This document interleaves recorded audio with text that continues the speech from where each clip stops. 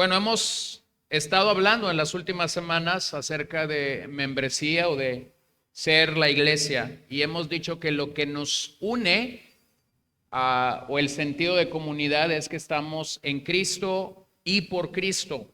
Entonces yo quisiera continuar esta mañana. La semana pasada introdujimos el tema del discipulado y hoy quisiera continuar. Como dije la semana pasada, tomaría 2 o 3 semanas hablar del discipulado, pero quisiera simplemente recordar que realmente cuando pensamos en discipulado no estamos pensando en una clase, no estamos pensando en algo que hacemos cuando llegamos a la iglesia, no es un curso básico, no es una clase, no es algo que tenemos que tomar para llenar requisitos. Realmente nuestro acercamiento al discipulado debe de ser integral, de tal manera que pensamos que cuando estamos siendo discipulados o la vida del discípulo es la vida de alguien que ha llegado a Cristo y el discipulado termina cuando estemos con Cristo. Entonces, ¿cuándo una persona dejaría de ser discípulo? Nunca. ¿Cuándo graduamos del discipulado? Nunca, hasta que estamos con Cristo. La vida del cristiano es una vida de discipulado o discipulada. Así que tenemos que reconocer la importancia de estos asuntos. Y bueno, una de las cosas que a lo largo de estas semanas he podido experimentar cada domingo cuando nos estamos saludando para despedirnos es el deseo, el ánimo o el aliento de algunas personas a decir quiero ser parte de la iglesia. Y eso me hizo pensar en lo que quiero compartir esta mañana con ustedes. Porque la semana pasada introduje este tema del río del discipulado. Todos estamos en el río del discipulado. ¿Cómo llegas al río del discipulado? Llegas por evangelismo. Llegas porque alguien te compartió de Cristo. Y una vez que entras a ese río, nosotros deberíamos transitar el resto de la vida en ese río. Y mencioné que hay algunos algunos hoyos en los que pudiéramos caer en ese río. Hay algunos momentos turbios en la vida de un discípulo en los que pudiéramos no estar transitando, no estar nadando en ese río. Y nuevamente mencioné que la única manera de salir de allí es, bueno, la gracia de Dios, sí, el entendimiento de lo que es el discípulo, pero también discípulos que nos ayudan a salir de ese momento adverso en nuestras vidas.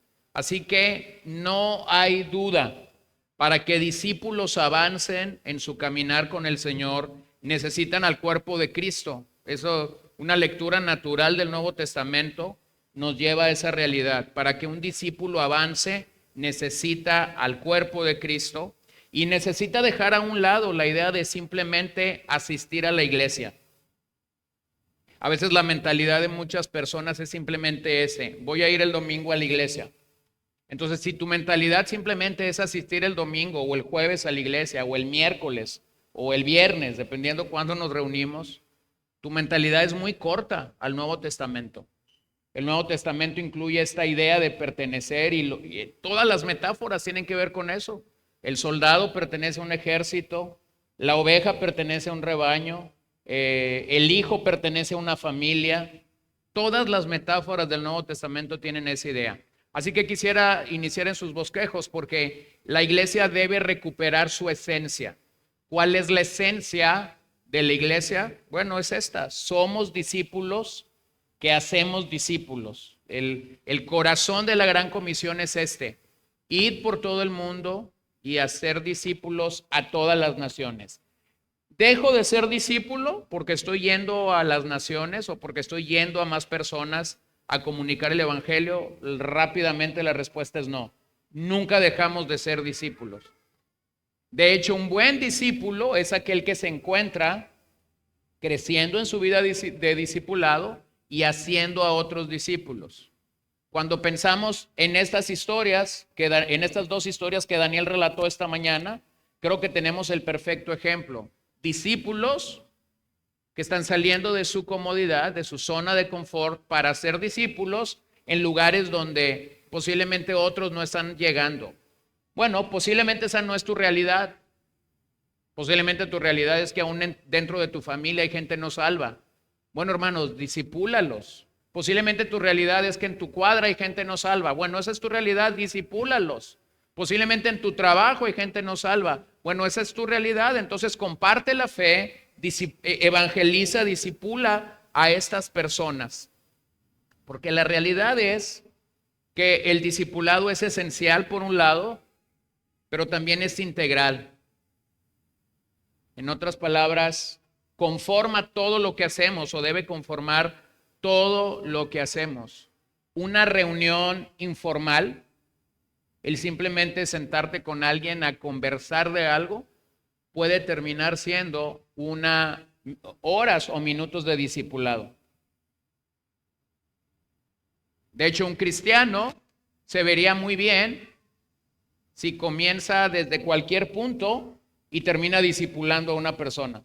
Terminas en la realidad de lo que es tu llamado. Así que tenemos que tener una mirada integral del discipulado y proceder hacia la búsqueda del crecimiento a la imagen de Cristo. Entonces eso me hizo pensar en que la vida del discípulo es una vida que entiende nuestra unión con Cristo. Nuestra unión con Cristo. Nuestra unión con Cristo debe afectar toda nuestra vida. Nuestra unión con Cristo debe afectar todo nuestro caminar. Nuestra unión con Cristo debe afectar todo lo que hablamos, todo lo que pensamos, todo lo que hacemos, todo lo que servimos. Porque la iglesia es esta entidad que sigue el modelo de Jesús, que sigue el modelo de los apóstoles, que sigue el modelo del Nuevo Testamento. Y en ese mensaje de Jesús, en ese mensaje de Juan el Bautista, en ese mensaje de los apóstoles, había una realidad cuando ellos predicaban del evangelio y era un llamado al arrepentimiento. Entonces, hoy quisiera pensar contigo que la única manera como una persona llega a ser una parte real en una congregación local no es porque ha comprado una membresía, no es porque ha estado en esa congregación por décadas, no es porque ha llenado una serie de requisitos. La única manera como nosotros realmente llegamos, entramos a una iglesia local, sea esta iglesia local o sea cualquier otra iglesia local, es a través de la conversión. No hay manera que un pecador sea añadido a una iglesia local si ese pecador no ha sido salvo. Libro de los Hechos. El Señor añadía cada día a la iglesia los que habían de ser ¿qué? Salvos. ¿Cuál es la forma como un pecador entra a una iglesia? Un pecador entra a una iglesia a través de lo que nosotros conocemos como la conversión o la salvación. No hay otra manera. Mientras un pecador no ha experimentado la salvación con Dios, puede ser una visita y nosotros recibimos a las visitas con gran amor y con gran gracia de parte de Dios, pero tenemos que entender que lo que marca la diferencia obvia entre que uno es parte de una iglesia local y que es una visita es la salvación, el nuevo nacimiento, la regeneración. Entonces, el gran milagro de la salvación es que realmente hemos sido unidos con Cristo. Hemos sido unidos con Cristo. La conversión es algo que se da cuando pasamos de muerte a vida. La salvación es algo que se da cuando dejamos atrás nuestra autojustificación y recibimos la justicia de Cristo a través de lo que nosotros conocemos como la justificación. ¿Qué hace el pecador sin Cristo? Se autojustifica. Se autojustifica. Eso es lo único que un pecador sin Cristo puede hacer. Es que así me enseñaron, es que así crecí, es que yo me apellido tal, es que así es como la gente que tiene lo que yo tengo se comporta. Y toda una vida de autojustificación, resulta que cuando se le predica el evangelio a esta persona, cuando se le dice a esta gente cuál es el plan de Dios es este: déjate de autojustificar y recibe por gracia, por medio de la fe, la justicia de Dios. Entonces no hay otra forma de permanecer en una iglesia local, de entrar a una iglesia local y de permanecer en ella, que es dejando atrás la autojustificación y recibiendo por gracia y por fe la justicia de Dios. Entonces vamos a pensar en tres cosas. Número uno, el discipulado y nuestra unión con Cristo. ¿Cómo se ve la vida de un discípulo unida a Cristo? Miren lo que Pablo dice en Romanos 6. ¿Qué diremos entonces? ¿Continuaremos en pecado para que la gracia abunde? De ningún modo. Nosotros que hemos muerto al pecado, ¿cómo viviremos aún en él? ¿O no saben ustedes que todos los que hemos sido bautizados en Cristo Jesús hemos sido bautizados en su muerte? Por tanto, hemos sido sepultados con él por medio del bautismo para muerte, a fin de que como Cristo resucitó de entre los muertos por la gloria del Padre, así también nosotros andemos en novedad de vida.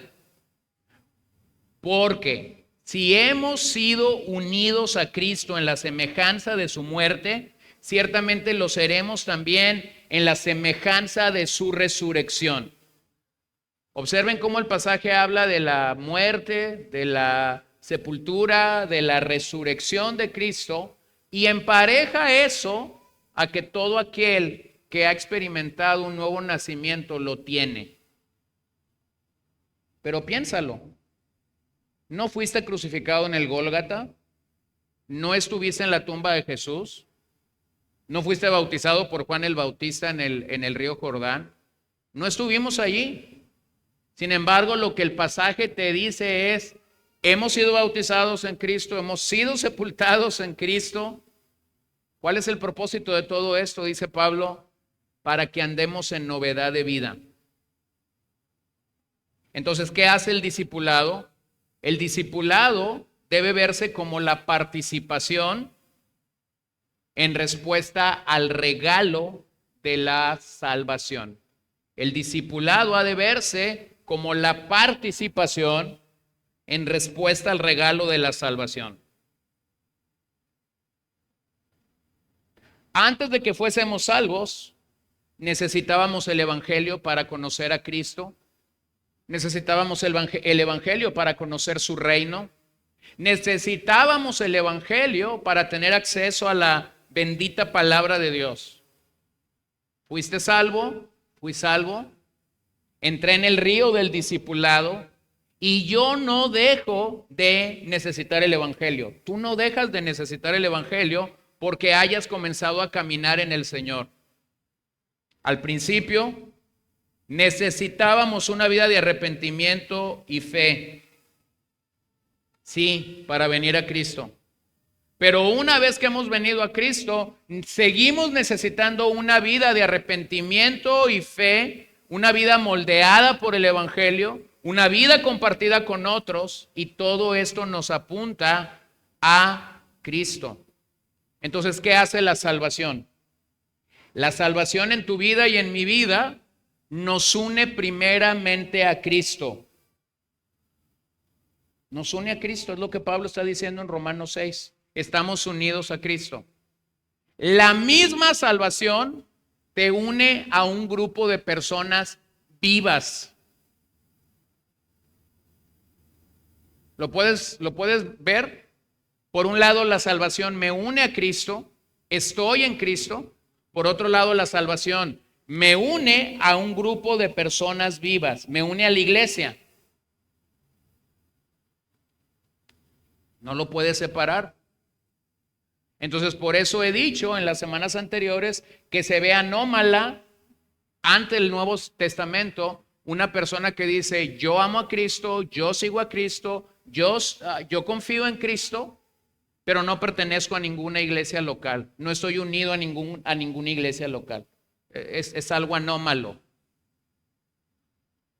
Eso es como cortar la cabeza y decir, aquí voy a andar con la cabeza que es Cristo para todos lados, pero voy a dejar al cuerpo allá. Bueno, no nos vemos así. Y de hecho el Nuevo Testamento no apunta a que esa es la realidad de el ser parte de una iglesia. esta unión en Cristo apunta al gobierno de Dios en la persona de Cristo sobre nuestras vidas. Así que rápidamente tenemos que decir que porque estamos unidos a Cristo, no podemos aislarnos del cuerpo de Cristo. Hermanos, porque estamos unidos a Cristo, es que voy a querer estar más cerca del cuerpo de Cristo, no más lejos. Si una persona dice con sus labios seguir a Cristo, pero voluntariamente ha abandonado el río del discipulado, algo está mal. Y siempre que estamos en estas paradojas, llegamos a una conclusión: Dios no está mal. Regularmente el hombre, o siempre que esto sucede, el que está mal es el hombre, no nuestro Señor Jesucristo. Entonces no hay manera de aislarnos. Por lo tanto, no debemos separar el evangelio del discipulado. No debemos separar el evangelio del discipulado. Si lo hacemos, tan solo veremos al evangelio como el camino para evitar el infierno. Si lo hacemos, tan solo veremos al discipulado como algo opcional. Y ya hemos dicho que esto no es así. El discipulado no es algo opcional, es algo esencial. Entonces piénsalo bien, nunca sobrepasamos el evangelio. Nunca podemos decir ya gradué del evangelio. Nunca podemos decir ya alcancé todo lo que el evangelio tenía que darme. No hay un momento en el que un ser humano pueda subir a una plataforma y pueda recibir un grado de maestría, un grado de doctorado o un posgrado en el evangelio, porque eso sería como decir lo has logrado. No hay un momento así en la vida. Nosotros realmente estamos necesitados del evangelio en cada momento. ¿Tu matrimonio necesita el evangelio? ¿La crianza de tus hijos necesita el evangelio? ¿La manera como administras el tiempo necesita el evangelio? ¿La manera como estás discipulando a otros requiere el evangelio?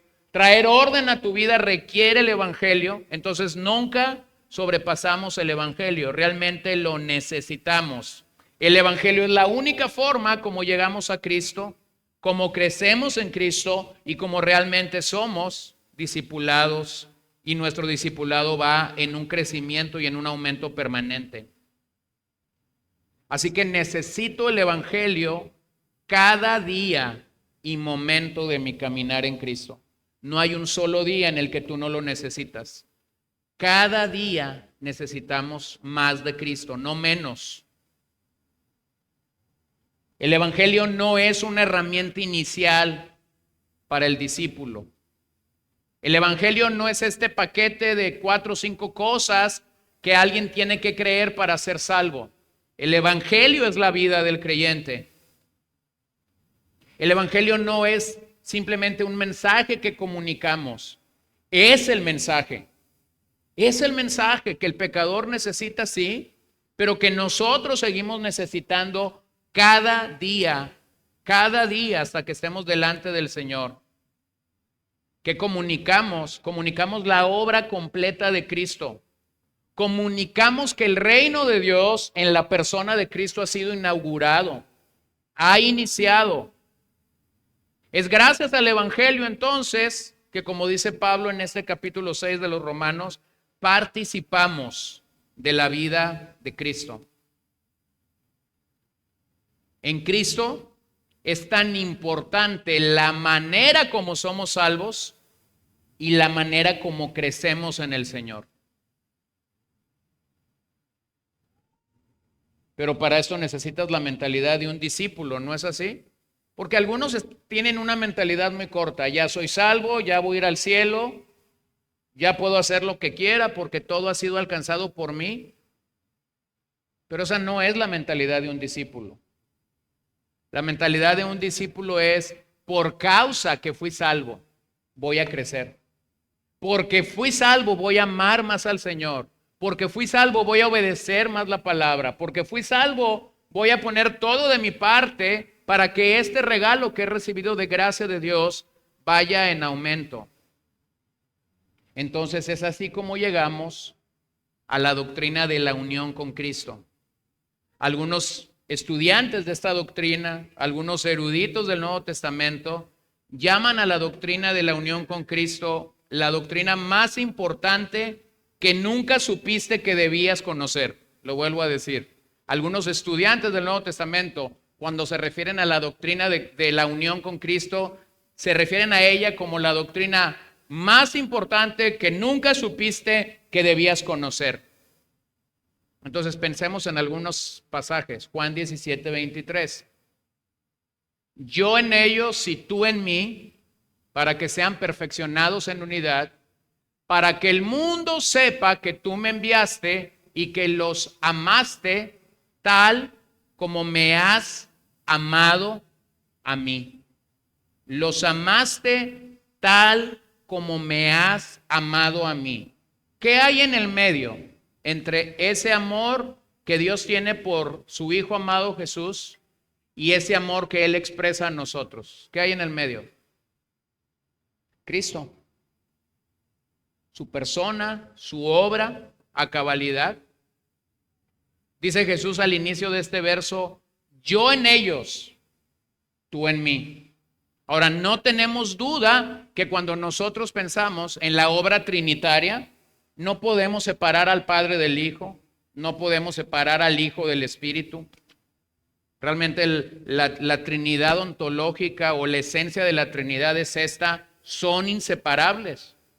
Cuando el Padre obra, el Hijo y el Espíritu está obrando. Cuando el Espíritu está obrando, el Padre y el Hijo están obrando con Él. No los podemos separar. Entonces Jesús, tomando esa unidad que Él y el Padre tiene, dice aquí, yo en ellos. Hermanos, este es un regalo maravilloso que la salvación nos da. Saber que cuando no teníamos a Cristo, por gracia, por medio de la fe, se nos ha sido dados y ahora hemos sido unidos a Cristo realmente como una obra maravillosa de su gracia. Miren lo que Pablo continúa diciendo en el capítulo 6 de los Romanos, verso 8 al 11. Y si hemos muerto con Cristo, creemos que también viviremos con Él.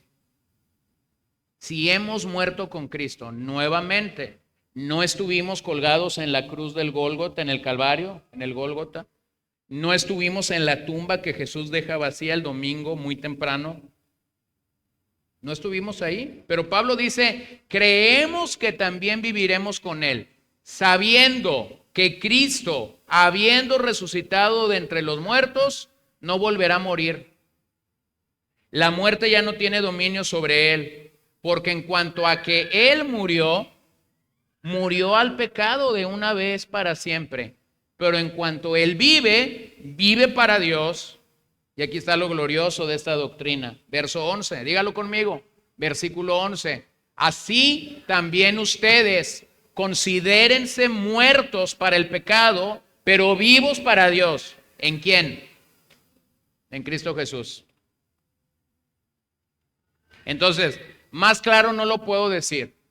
Una persona que está en Cristo es una persona que ha muerto al pecado. Una persona que está en Cristo es una persona que vive para Dios. Eso es lo que Pablo está comunicando a nosotros. Y eso es lo que recibimos en nuestra unión con Cristo. Antes de Cristo, amábamos el pecado. Después de Cristo, aborrecemos el pecado. Antes de Cristo, no teníamos amor por las Escrituras. Después de Cristo surge un amor por las Escrituras. Lo que nosotros vemos realmente en la unión con Cristo es que Jesús prometió, oró y compró nuestra unión con Él. Jesús prometió que sus discípulos tendrían esta unión, oró por esta unión en Juan 17 y compró esta unión en el Calvario.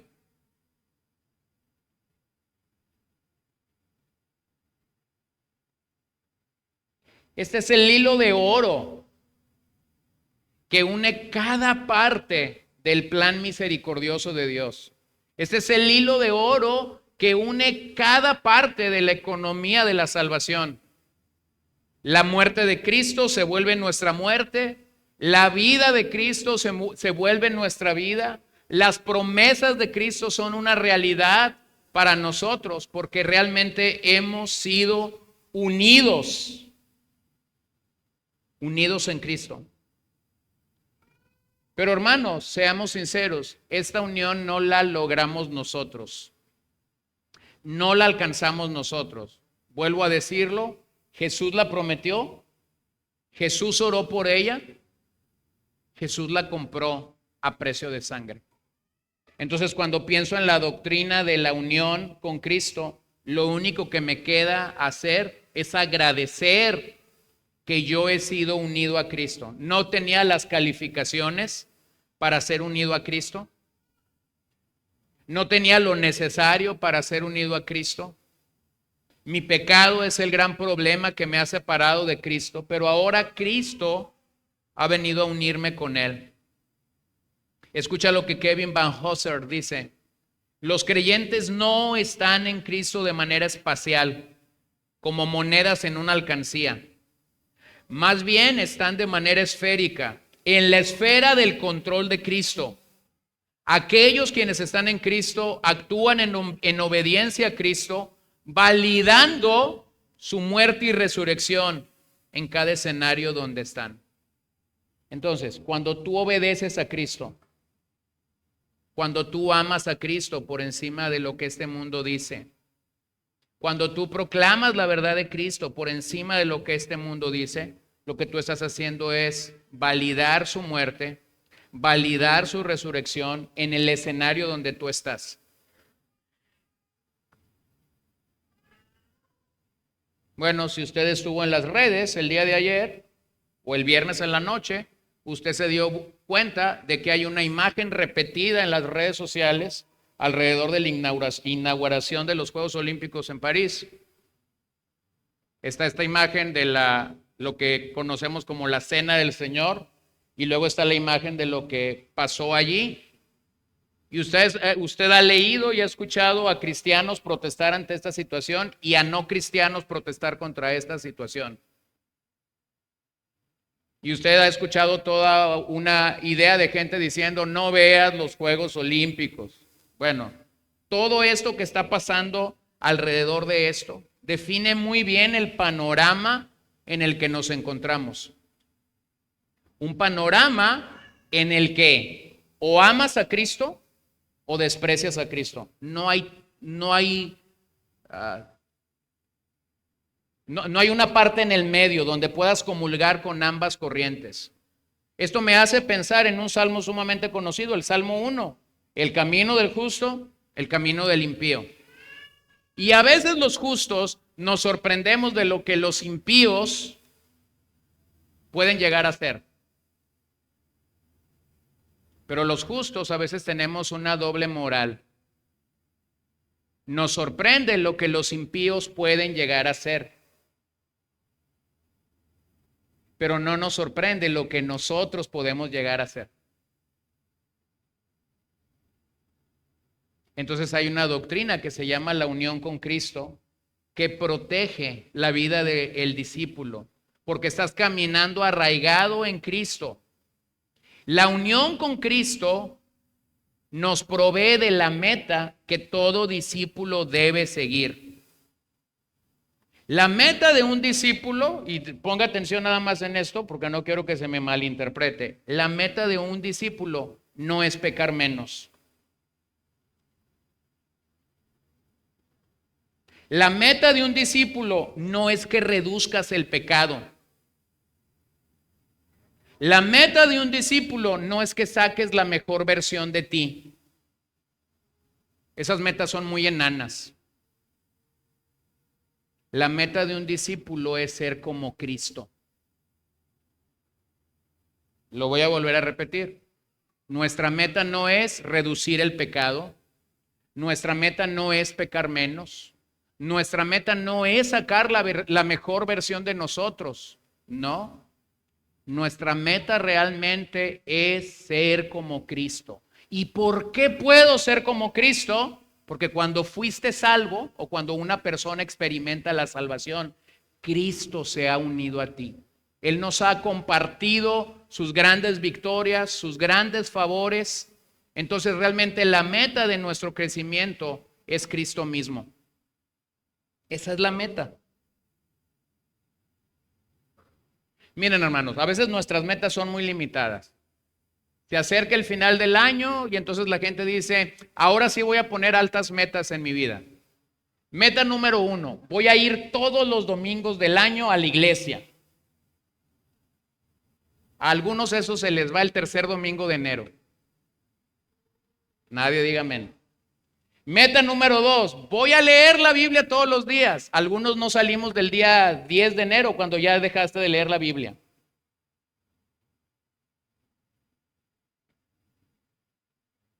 Meta número 3, este mes voy a evangelizar a 5 personas. Llegas al 31 de enero y te diste cuenta que no evangelizaste a uno solo.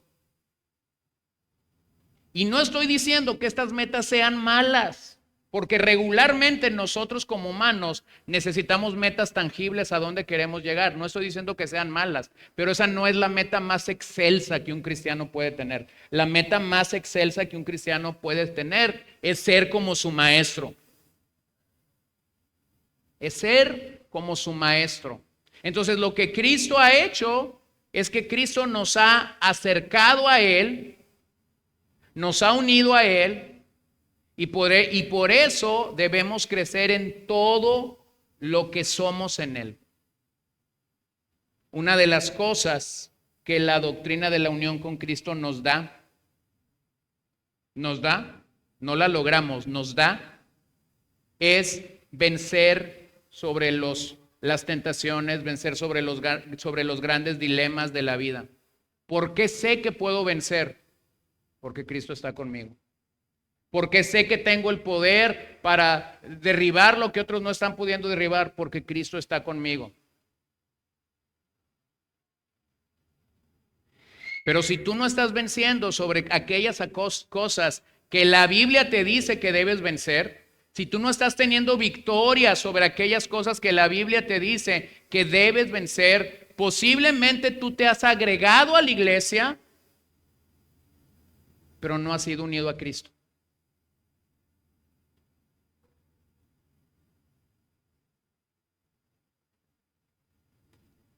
Si yo soy de las personas que puedo dejar de congregarme 1, 2, 3 semanas y nada pasa en mi vida, y nada sucede en mi vida, no hay ningún efecto negativo por eso, hermano, algo está mal. Algo está mal. Si tú eres de las personas que eres derrotado porque no te saludó fulano de tal el domingo que viniste a la iglesia, algo está mal, porque tu cristianismo depende de fulano de tal. No, claro que no, mi cristianismo depende de Cristo, no de fulano de tal.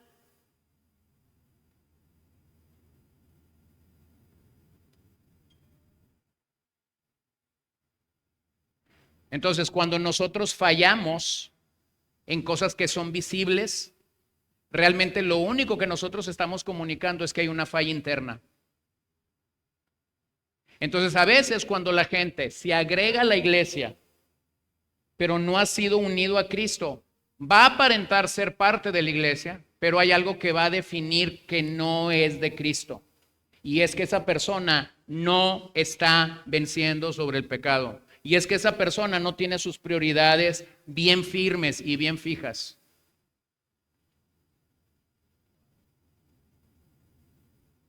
Cristo nos ha acercado, Cristo nos ha unido a Él. Somos provistos de un fundamento seguro para nuestro caminar con Él. No es que hemos alcanzado algo. La unión con Cristo no es que has alcanzado algo. La unión con Cristo es que Él te alcanzó a ti. Heredamos con Cristo entonces todas sus virtudes. Tenemos el amor del Padre porque Jesús es nuestro Señor. Nuestras fallas son borradas, nuestros pecados son borrados por el sacrificio de Cristo, nuestros fracasos ya no son fracasos, nuestro futuro está asegurado, nuestra vida está escondida con Cristo en Dios. Todo lo tenemos por gracia. Pero claramente esa vida que ha sido unida a Cristo va a tener un testimonio vivo, va a tener un testimonio eficaz. Número 2, cómo definimos la unión con Cristo. ¿Cómo definimos esta unión con Cristo? Bueno, la unión con Cristo es la poderosa obra de Dios a través de su Espíritu Santo para unir a su pueblo en un pacto eterno con el Hijo que logró la salvación. Este es un pacto eterno, se nos entrega vida eterna. Como Pablo lo dice en Romanos 6, Cristo nos identifica con su muerte, con su sepultura, con su resurrección, con su ascensión. Como lo aprendimos de la epístola de Hebreos, Él realmente es el pionero de nuestra salvación y Él también es el pionero de nuestra resurrección. Somos salvos porque Él cruzó la línea que era necesaria para alcanzar nuestra salvación. Vamos a ir al cielo porque Él fue el primero en resucitar, en nunca jamás ver muerte. Entonces eso asegura el carro completo para nosotros, no hay duda. Pero entonces vean cómo Pablo y Jesús lo definen. Efesios 2:6. Y con Él nos resucitó. Y con Él nos sentó en lugares celestiales en Cristo Jesús. ¿Quién hizo esto? Cristo. Con Él. ¿Qué dice Pablo en Romanos 6? Que se nos entregó nuestra unión con Cristo. O véanlo como Pablo lo dice en Gálatas 2:20. Con Cristo. Pueden observar el énfasis ahí. Con Cristo he sido crucificado. No está diciendo Pablo, yo me crucifiqué. ¿Se dan cuenta? Porque no solemos crucificarnos a nosotros mismos, ¿no es así? Solemos crucificar a otra gente. Solemos criticar, señalar el pecado de otra gente, pero nadie en su cabalidad va a crucificarse por su propio pecado. Amén.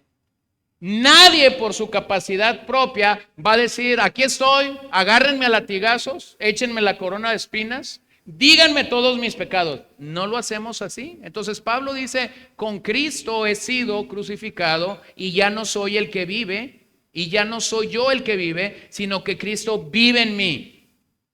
Y la vida que ahora vivo en la carne, la vivo por la fe en el Hijo de Dios, el cual me amó y se entregó a sí mismo por mí. Ya no vivo yo. Cristo vive en mí. Vean la clara definición de Pablo. ¿Qué es esto? Romanos 6, su unión con Cristo. O vean cómo Jesús lo dice en Juan 15, versos 1 al 5. Yo soy la vid verdadera y mi Padre es el viñador. Todo sarmiento que en mí no da fruto lo quita, y todo el que da fruto lo poda para que dé más fruto. Ustedes ya están limpios por la palabra que les he hablado. ¿Quién está limpio? El que ha sido unido a Cristo. Este recibe la palabra que estamos transmitiendo o comunicando. Y luego el verso 4. Permanezcan en mí. ¿Y yo qué? Y yo en ustedes. Vean, ese sentido de pertenencia es doble. Por un lado el creyente dice, pertenezco a Cristo. Por otro lado, Cristo está testificando, me pertenece.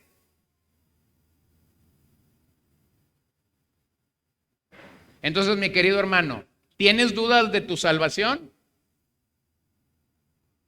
¿Tienes dudas de tu salvación? Ese es el pasaje que define. Este es el pasaje que define a una persona salva. Tú puedes decir, yo permanezco en ti, Señor. Y por otro lado, tú puedes saber que Dios está diciendo eso de ti. Yo en ustedes. Y algunos se preguntarán, ¿y cómo sé que Dios puede testificar realmente que yo soy suyo o que yo soy salvo? Bueno, la Biblia te dice cómo. La Biblia te habla de una conciencia transparente, la Biblia te habla de una conciencia tranquila, la Biblia te habla de un crecimiento, de una maduración, de un llenarte del Señor, de un prepararte para el Señor. Y cuando hacemos todo esto, podemos tener la seguridad de las palabras del Señor. Yo estaré con ustedes todos los días hasta el fin. Es una realidad para alguien que está caminando y progresando en su vida. Como el sarmiento no puede dar fruto por sí mismo si no permanece en la vid, así tampoco ustedes si no permanecen en mí. Yo soy la vid, ustedes son los sarmientos. El que permanece en mí y yo en él, ese da mucho fruto, porque separados de mí nada pueden hacer. ¿Cómo se ve la vida de un cristiano unido a Cristo? El pasaje te dice cómo se ve. Te dice que este cristiano va a fructificar.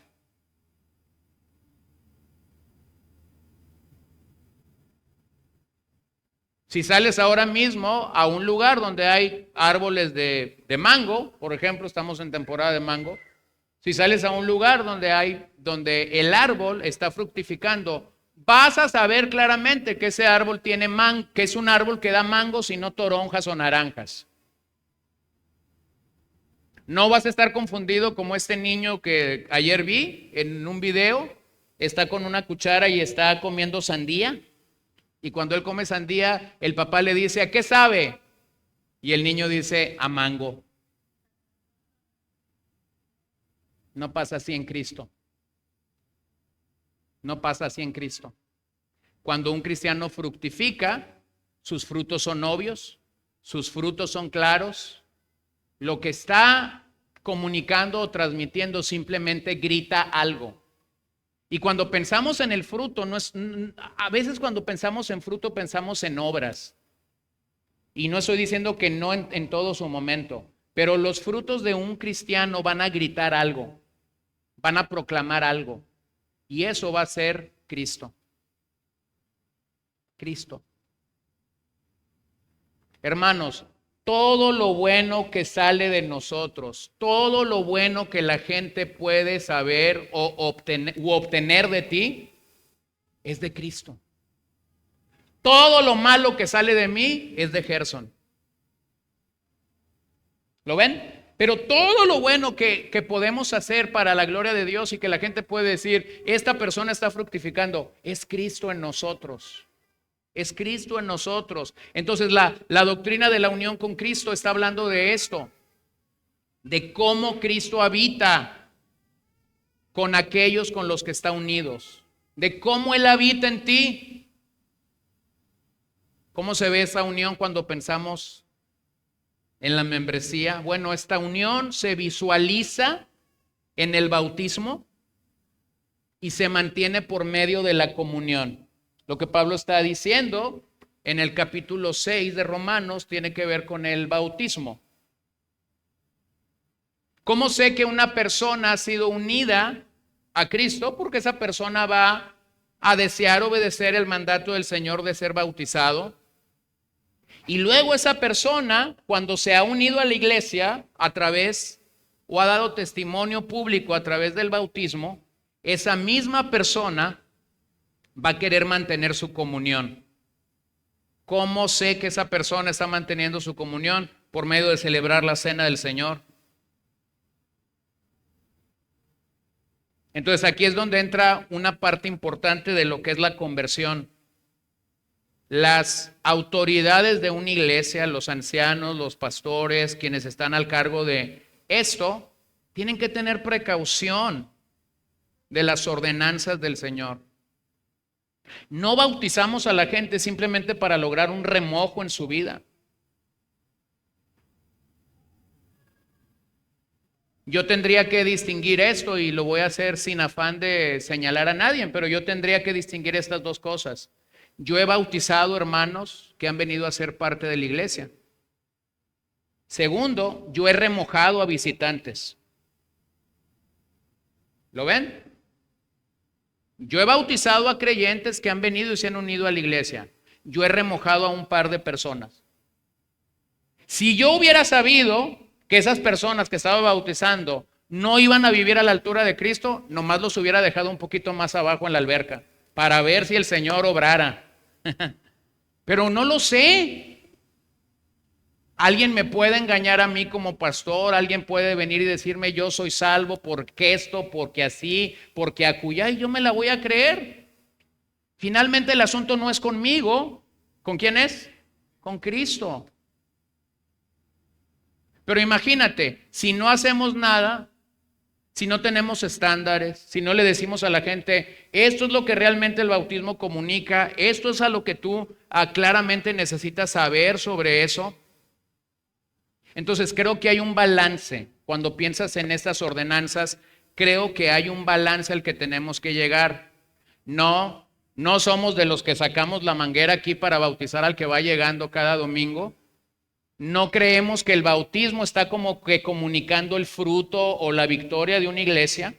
Predicamos, enseñamos sobre el bautismo y cuando claramente la gente está lista para hacerlo, somos los primeros en celebrar que esto está pasando en la vida de esta persona. Luego, entendemos que el principio es mantente en la comunión y lo hacemos a través de la comunión, de la cena del Señor. Y si en el río del discipulado, ese que ha venido, ese que ha dicho, el Señor ha obrado en mí para salvación, quiero bautizarme para identificarme con su iglesia, quiero continuar diciendo que estoy en comunión porque estoy recibiendo la cena del Señor. Si en ese proceso esa persona sale del río del discipulado y se le anima, se le exhorta, pero esa persona se resiste a ese proceso, entonces la iglesia tiene la encomienda de ejercitar disciplina eclesial.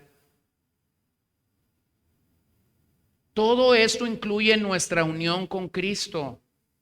Nuestra unión con Cristo realmente está manifestando que la conversión es algo que debe tener fruto. Fruto. La iglesia no es una entidad que simplemente acumula números. La iglesia no es una entidad que no somos un partido político, no somos un sindicato, como para decir mientras más seamos, más poderosos seremos. No opera así, no sucede así.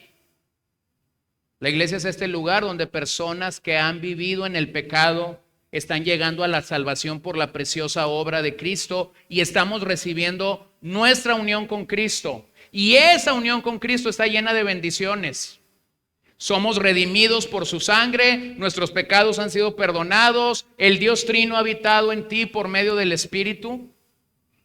Vean nuevamente Juan, capítulo 14. Es decir, el Espíritu de verdad, a quien el mundo no puede recibir. Hermanos, el mundo no puede recibir el Espíritu de verdad.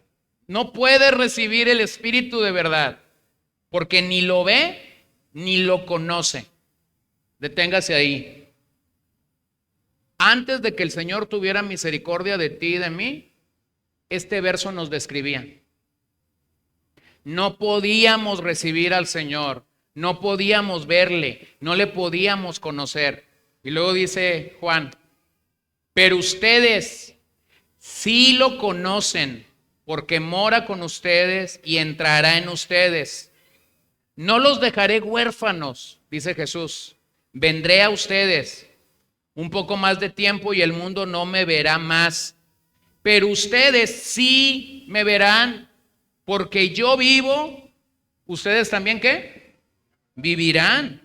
En ese día conocerán que yo estoy en mi Padre y ustedes en mí y yo en ustedes. ¿Cómo se llama eso? Nuestra unión con Cristo. No podíamos lograrlo, no podíamos comprarlo, no podíamos adquirirlo.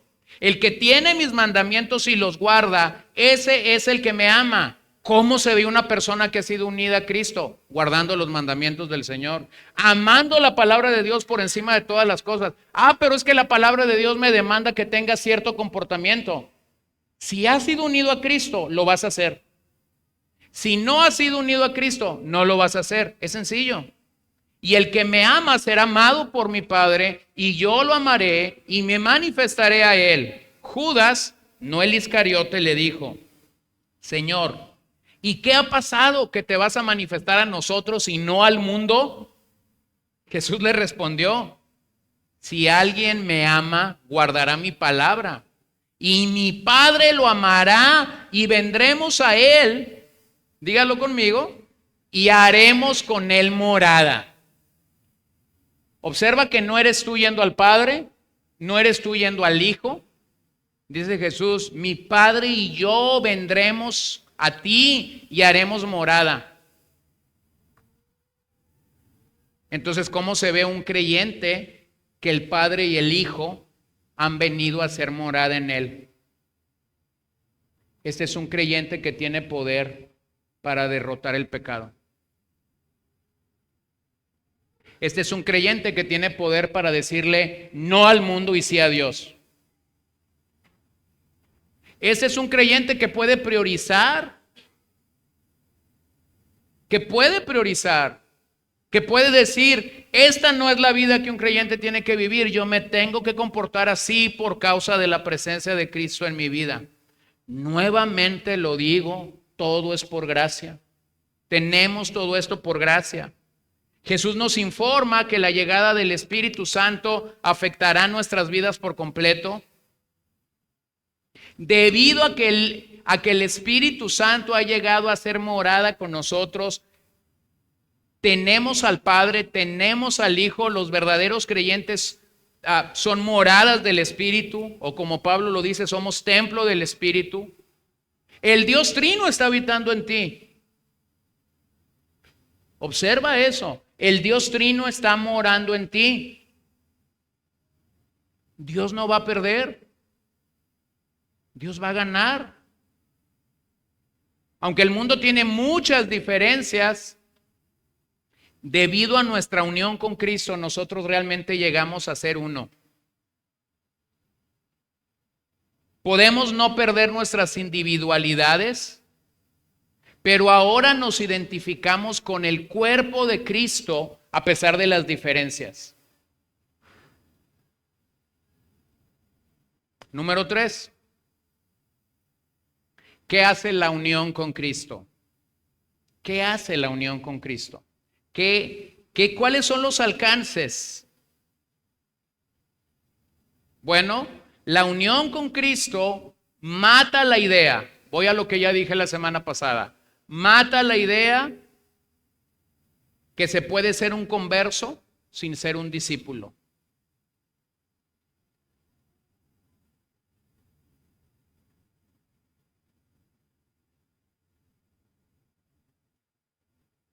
Nuevamente, esto redefine la doctrina de la salvación para nuestras vidas. Y yo dije la semana pasada que yo entiendo que hay una buena intención en muchos hermanos al decir que usted puede escuchar el mensaje del Evangelio y ser salvo, y pueden pasar 2 o 3 décadas y resulta que te cayó el 20 3 décadas después y haces a Jesús el Señor de tu vida. Cuando tú lees el Nuevo Testamento, eso es totalmente antagónico a lo que el Nuevo Testamento comunica. No hay dos señores, no hay uno que salva y gobierna. Hay un solo Señor. Ese Señor que te salvó tiene la autoridad para reinar. Entonces, cuando una persona te dice, fui salva, pero su comportamiento no comunica que es salvo, la realidad es, no es salva. Porque realmente lo que la salvación hace es un cambio de dominio. De hijos del diablo a hijos del Señor. Y nuevamente no hay medio camino. O pasé del lado oscuro al lado de la luz, o realmente no he abandonado el lado oscuro. Entonces la doctrina de la unión con Cristo mata rotundamente esa idea, porque no hay manera de que Cristo se me haya sido dado en esta unión y que yo esté viviendo como un pecador. Entonces yo estaba escuchando una vez a un predicador. Ese predicador dijo lo siguiente: los primeros 30 años de mi vida yo fui salvo, hice a Cristo el Salvador de mi vida, pero ahora lo he hecho el Señor de mi vida. Y yo le pego un codazo al que estaba enseguida de mí y le digo, acaba de nacer de nuevo. No opera así. No opera así. El señorío de Cristo realmente viene sobre nuestras vidas para cambiar nuestra manera de pensar, para cambiar nuestra mentalidad completamente. Posiblemente lo que puede pasar es que un discípulo se tarde en crecer. O sea, que vino a Cristo, que el Señor lo salvó y que ese discípulo se tarda en crecer, pero eso Dios no es responsable de que se tarde en crecer. Podemos no estar creciendo porque somos perezosos, negligentes, porque somos conchudos, como decimos coloquialmente, ¿no? No vayan a estar como aquel pastor al que invitaron a tomar una taza de café, le sirven el café y le dice, ¿cómo se toma el café? Con una dona. La señora le preguntaba si con azúcar, si con leche, si con crema. No, con una dona sabe muy bien el café. A veces somos conchudos así, ¿no?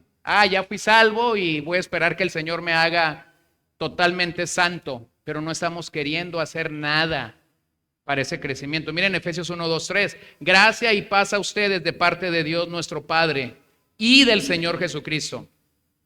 Bendito sea el Dios y Padre de nuestro Señor Jesucristo, que nos ha bendecido. ¿Cómo nos ha bendecido el Señor? Dígalo, con toda bendición espiritual en los lugares celestiales en Cristo. ¿Qué le hace falta a un creyente que ha recibido a Cristo? De acuerdo a este pasaje, nada.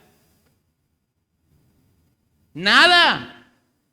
Ha sido bendecido con toda bendición espiritual en los lugares celestiales en Cristo.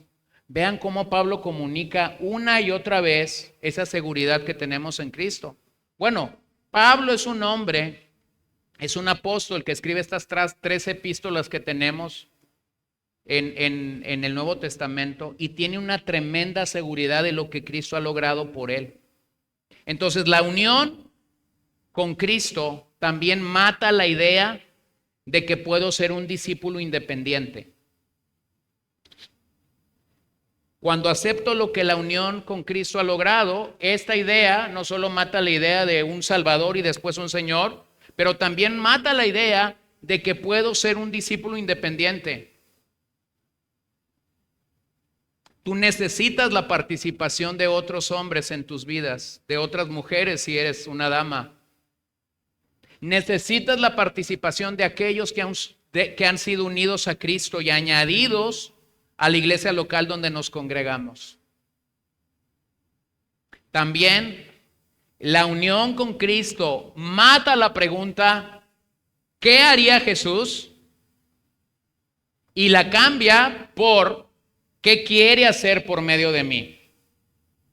No sé si usted recordará esta famosa pregunta, ya no sé si es de la década de los 2000 o de los 90. Había calcomanías, camisetas, pulseras. Y era, ¿qué haría Jesús, no? En inglés creo que era WJD. WWJD.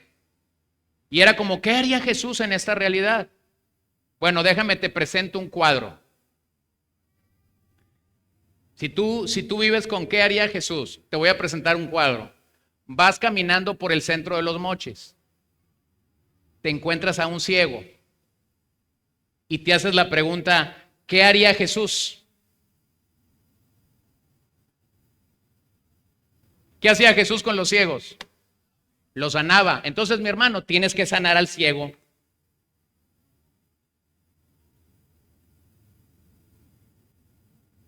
¿Ven dónde entramos en conflicto? Bueno, si veo al ciego, por lo menos los evangelios nos relatan 10 formas diferentes como Jesús sanó a ciegos.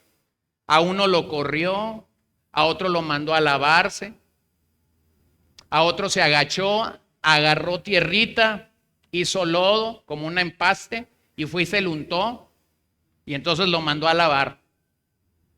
Vas caminando por el centro de Los Mochis, te encuentras con un ciego y te haces la pregunta, ¿qué haría Jesús? Si la pregunta de un discípulo es ¿qué haría Jesús? Hermano, estás obligado a sanar al ciego.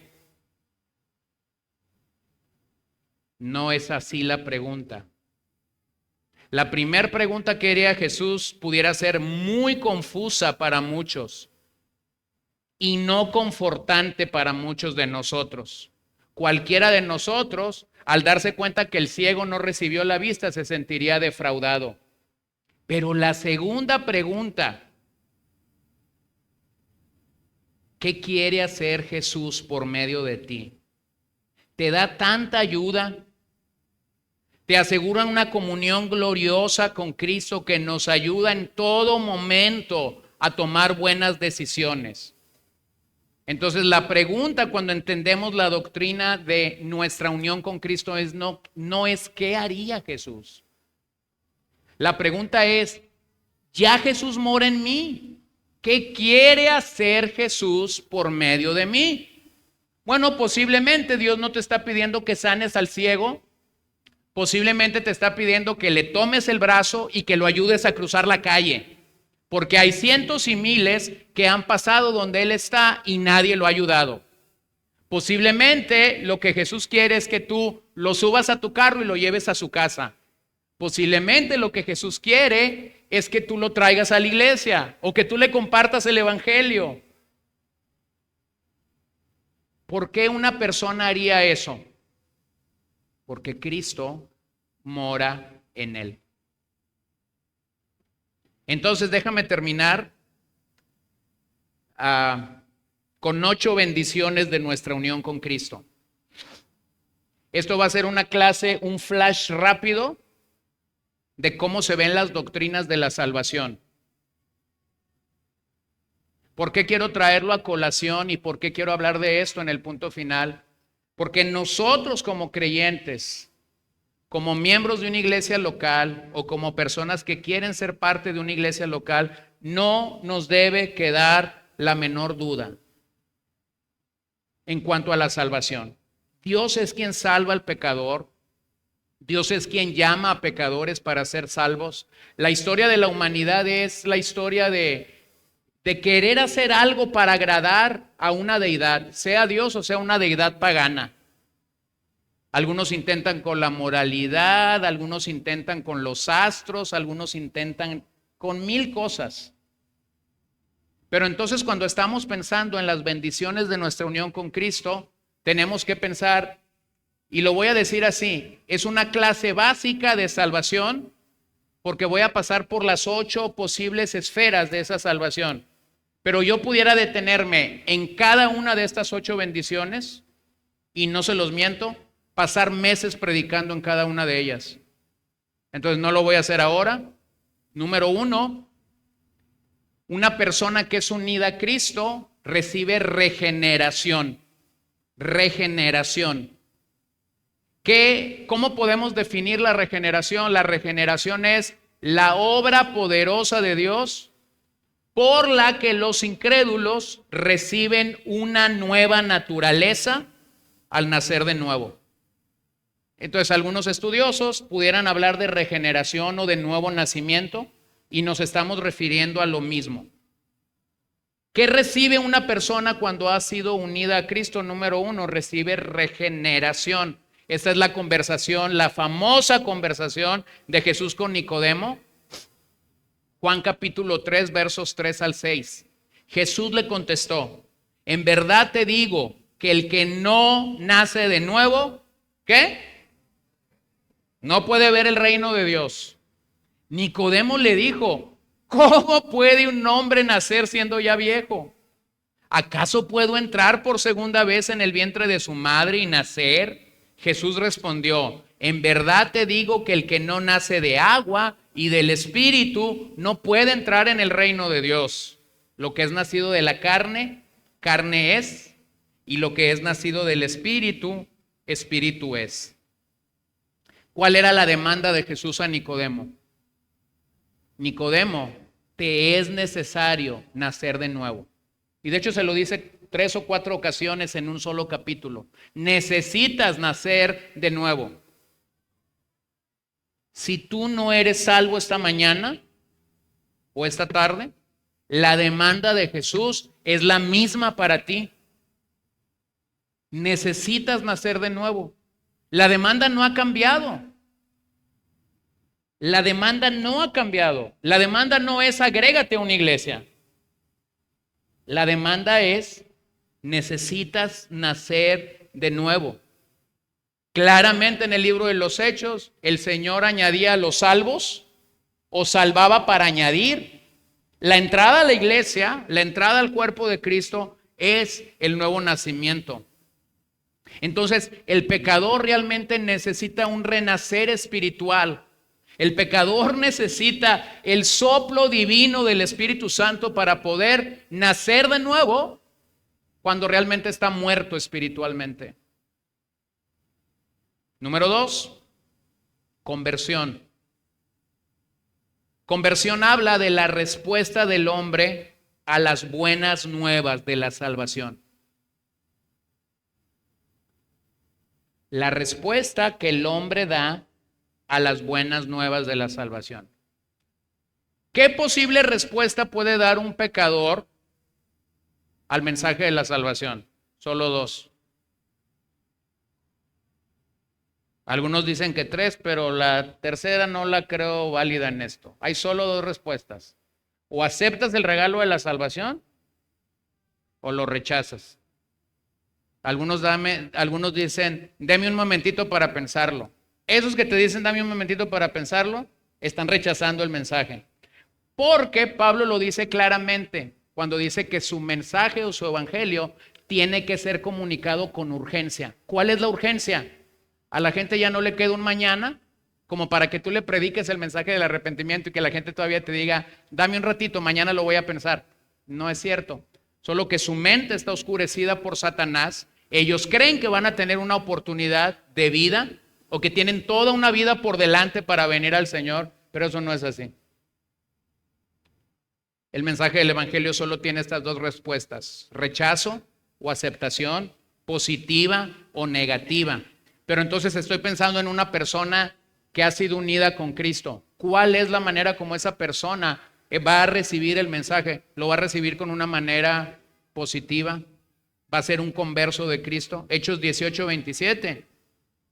Cuando Apolos quiso pasar a Acaya, los hermanos lo animaron y escribieron a los discípulos que lo recibieran. Cuando llegó, ayudó a muchos. Cuando llegó, ayudó mucho a los que por la gracia habían creído.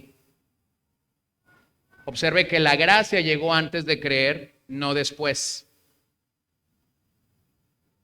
Por la gracia habían creído, porque no hay manera de poder creer en el mensaje del evangelio si esa gracia no se te otorgó. Entonces, cuando estás pensando en la respuesta de una persona salva, la respuesta va a ser conversión. Va a ser una respuesta positiva al mensaje del evangelio. Va a ser una respuesta en la que convergen 2 cosas. Esa persona se va a arrepentir y esa persona va a tener fe para creer en el Señor. Nunca lo había tenido. Nunca había tenido fe para creer en el Señor. Nunca se había arrepentido. ¿Por qué es que ahora sí lo está haciendo? Porque se le ha sido conferida, se le ha sido dada una gracia que antes no tenía. Número 3, justificación. Justificación es la obra poderosa de Dios por la cual se declara al pecador y culpable un justo. ¿Qué hizo el pecador para ser justificado? Dígamelo usted. Nada. Porque de hecho la sentencia real debería de ser culpable. Entonces, ¿qué hace la justificación? La justificación nos imputa, o voy a utilizar a lo mejor un término más común para nosotros, nos acredita la justicia perfecta de Cristo a nosotros. ¿Qué hace la justificación? Yo soy culpable, yo soy declarado culpable delante del Señor, pero entonces el Hijo lo que hace es justificarme delante del Padre por mi pecado. Y en ese momento el Hijo me imputa o me acredita la justicia perfecta que Él logró en el Calvario.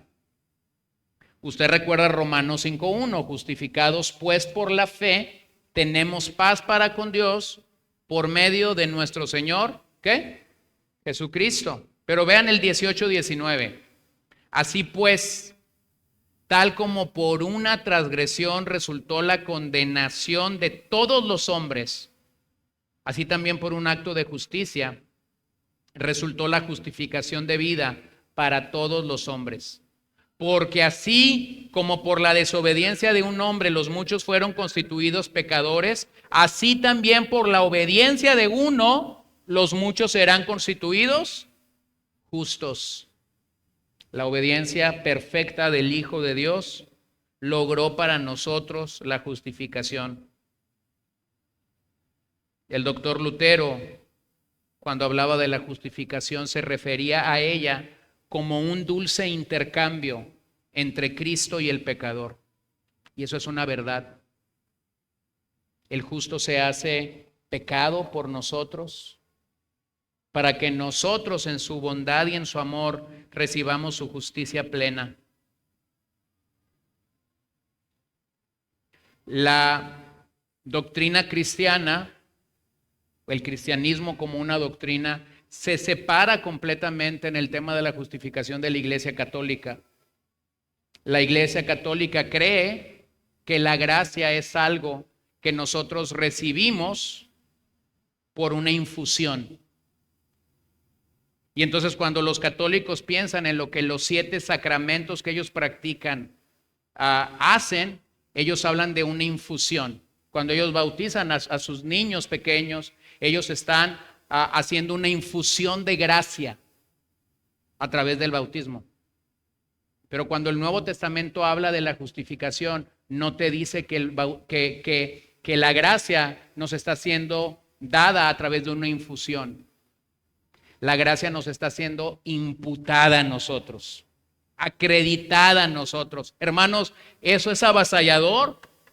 Imputar acredita la justicia divina a los que creen en él. Infusión es introducir o añadir la gracia de Dios. Yo no necesito que la gracia de Dios me venga simplemente como una infusión. Yo necesito que la gracia de Dios me sea imputada totalmente. En otras palabras, la justificación es Dios declarando justo al pecador. ¿Y cómo lo hace? Solo por Cristo. Número 4, adopción. Regeneración, conversión, justificación y ahora tenemos adopción. ¿Qué es la adopción? Es la poderosa obra de Dios de tomar a enemigos y abrazarlos como hijos amados e incorporarlos a su familia. Vean lo maravilloso de la salvación. Enemigos hechos hijos. Romanos 8:15. Pues ustedes no han recibido un espíritu de esclavitud para volver otra vez al temor, sino que han recibido un espíritu de adopción como hijos, por el cual clamamos, Abba, Padre. Vean los regalos de la adopción. Ahora tenemos un Padre. Ahora tenemos hermanos en Cristo. La adopción es tanto un acto legal en donde Dios nos declara hijos, pero también es la recepción de una herencia. Porque Él es nuestro Padre, nos ha dado bendiciones espirituales al por mayor en la persona de Cristo. Entonces, no solamente somos regenerados, somos conversos, somos justificados, sino que también somos adoptados. Número 5, recibimos el bautismo en el Espíritu. ¿Qué es el bautismo en el Espíritu? La poderosa obra de Jesucristo por la cual Él inunda o bautiza por el Espíritu Santo para traerlos al cuerpo de Cristo.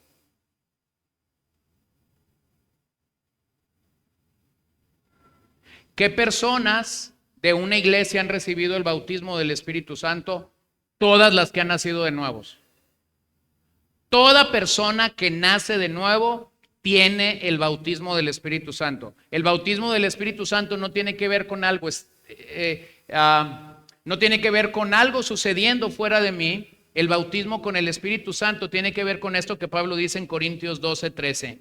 Pues por un mismo Espíritu todos fuimos bautizados en un solo cuerpo, ya judíos o griegos, ya esclavos o libres, a todos se nos dio de beber del mismo, ¿qué? Espíritu.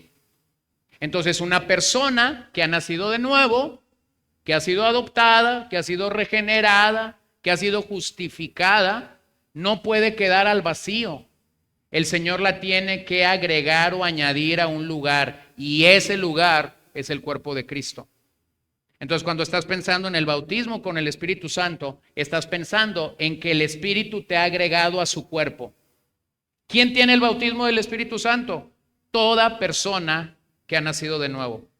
No puedes tener al Padre y al Hijo y dejar para el rato al Espíritu Santo. Número 6, santificación. Santificación es la obra cooperativa de Dios y los discípulos, por la que se produce transformación continua hacia una mayor semejanza con Cristo. Por un lado, el Espíritu Santo me está santificando y de eso no hay duda. Por otro lado, el discípulo genuino está buscando su santificación de manera permanente. Filipenses 2, 12 al 13. Así que, amados míos, tal como siempre han obedecido, no solo en mi presencia, sino ahora mucho más en mi ausencia, ocúpense en su salvación con temor y temblor. ¿Y por qué me voy a ocupar con temor y temblor de la salvación? ¿Por qué me voy a ocupar? Porque he nacido de nuevo, porque he entendido la unión con Cristo. Pero si no has nacido de nuevo, pero si no has entendido tu unión con Cristo, créeme, nunca vas a tener temor y temblor de tu salvación. Verso 13. Porque Dios es quien obra en ustedes, tanto el querer como el hacer, para su buena intención. Entonces, un creyente que está preocupado por su salvación, no necesariamente es un creyente que no ha entendido qué es la salvación. Es todo lo contrario. Es un creyente que ha entendido la obra de Dios y porque ha entendido la obra y la gracia de Dios, quiere ser cada día más y más como Cristo. La santificación nos lleva a esta lucha entre la agenda divina, lo que Dios quiere hacer, y la agenda humana, lo que el hombre quiere hacer. Entonces, quien ha nacido de nuevo, quien ha nacido de Dios, va a poner demasiada atención a la agenda divina y va a dejar de prestar atención a la agenda humana. No tengo el tiempo, pero simplemente debo reconocer que la santificación nos lleva a tres momentos. Tenemos una santificación posicional cuando somos declarados santos en la persona de Cristo. Todo creyente, todo nacido de nuevo es un santo posicionalmente. Es decir, el Padre lo ve a través del sacrificio de su Hijo amado. Eso es nuestra santificación posicional. Lo segundo es nuestra santificación progresiva. Es decir, cómo yo voy caminando, cómo yo voy creciendo en la vida del discipulado, de tal manera que comienzo a verme como Cristo. No era así antes, pero ahora comienzo a verme como Cristo. Y finalmente un día cuando estemos con el Señor, tendremos una santificación perfeccionada, o como algunos lo llaman, glorificación. Pero no estamos allí todavía. Número 7, la perseverancia de los santos. La perseverancia de los santos realmente es el acto de Dios para preservar a los discípulos por su poder a través de una fe continua hasta que su salvación sea completa. Y cuando yo pienso en la perseverancia de los santos, me gusta cambiarla y no sé por qué no lo hice aquí, pero hay una palabra que traduce mejor esto de la perseverancia de los santos y es la preservación de los santos. Realmente, el santo que persevera en el Señor es porque Dios lo está preservando. Es porque Dios lo está preservando. Vean estos pasajes. Primera de Pedro 1:5. Mediante la fe ustedes son protegidos por el poder de Dios para la salvación que está preparada para ser revelada en el último tiempo. ¿A dónde te lleva eso? A una realidad. La salvación es tanto el regalo de hoy, de mañana, del futuro. Entonces lo puedo decir así: he sido salvo y eso habla de mi pasado. Estoy siendo salvo y eso habla de mi presente. Seré totalmente salvo y eso me está hablando de mi futuro. Y lo que Pedro está diciendo aquí, para la salvación que Dios, que está preparada para ser revelada en el último tiempo. ¿Quién me protege? ¿Quién dice Pedro que me protege? Dios. Son protegidos por el poder de Dios. Es lo mismo que Judas dice en el verso 24 y 25. Y aquel que es poderoso para guardaros a ustedes sin caída y para presentarlos sin mancha en presencia de su gloria con gran alegría, al único Dios nuestro Salvador, por medio de Jesucristo nuestro Señor, sea gloria, majestad, dominio y autoridad antes de todo tiempo y ahora por todos los siglos. Amén. ¿Quién es poderoso? Dios. Dios es poderoso para librarnos. Dios es poderoso para preservarnos. Dios es poderoso para ayudarnos. Y eso me lleva a la octava bendición de nuestra unión con Cristo: la seguridad en nuestra salvación.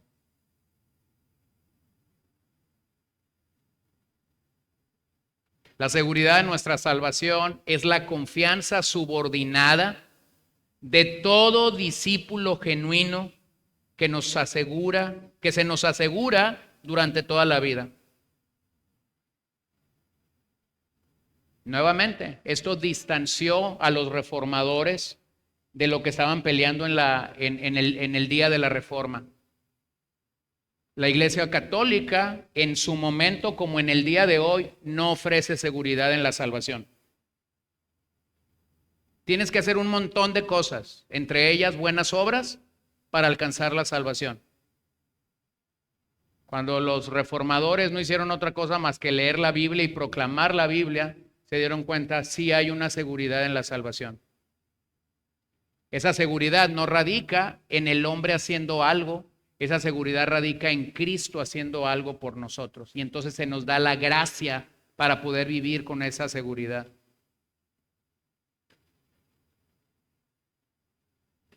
Platicaba recientemente con un joven, platicábamos de cómo enfrentamos la pandemia. Y entonces le dije lo siguiente: a diferencia de otras visiones, el cristiano puede enfrentar la muerte con una tremenda seguridad. Me muero, voy al cielo. Hola. Si no tienes esa seguridad, bueno, aquí va de nuevo Jesús con Nicodemo. Necesitas nacer de nuevo. Ay, pero es que tendría que hacer muchas obras. Las obras nunca han llevado a nadie al cielo. Es más, te voy a decir algo muy revelativo. Las buenas obras nunca llevarán a nadie al cielo.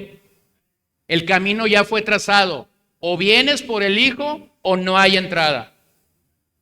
El infierno está lleno de personas que hicieron muchas buenas obras sin Cristo. Pero entonces, cuando el creyente está pensando en la salvación, puede tener esta seguridad que Hebreos 6:19 nos da. Tenemos como ancla del alma una esperanza segura y firme y que penetra hasta detrás del velo, a donde Jesús entró por nosotros como precursor, hecho según el orden de Melquisedec, sumo sacerdote para siempre.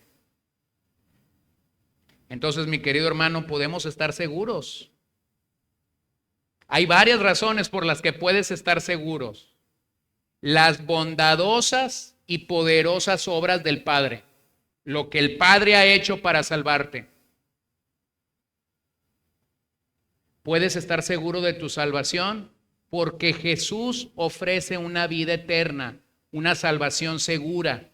No solamente porque ofrece una salvación segura, sino porque Hebreos dice que está orando por sus hijos.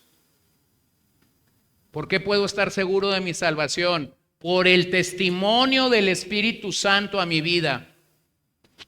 ¿Por qué más puedo estar seguro de mi salvación? Por las promesas de la palabra de Dios. ¿Por qué más puedo estar seguro de mi salvación? Por la fe presente y por la obediencia a la que esa fe me conduce. Entonces, hermanos, para terminar, piénsalo de una manera clara. ¿Qué tenemos cuando hemos sido unidos a Cristo? tenemos estas 8 dádivas de la gracia de Dios que ni yo ni tú merecemos, pero que se nos fue dado, ¿por qué? Por gracia. Por gracia. Entonces, cuando piensas en la salvación, cuando piensas en la manera como nosotros realmente llegamos a ser la iglesia, nos debe de quedar claro esto. Hay una seguridad. Nuestra seguridad radica en Cristo. Esto no es una seguridad subjetiva. No opera así. En verdad es una realidad para todos nosotros como creyentes. Entonces, simplemente piensa cómo debería la unión con Cristo moldear nuestras experiencias de discipulado. Bueno, tu unión con Cristo y mi unión con Cristo debería llevarnos a querer conocer más y más al Señor. Al revisar estas 8 bendiciones, si tú identificas que conoces las bendiciones, pero no las tienes, la realidad es que tú necesitas ser salvo.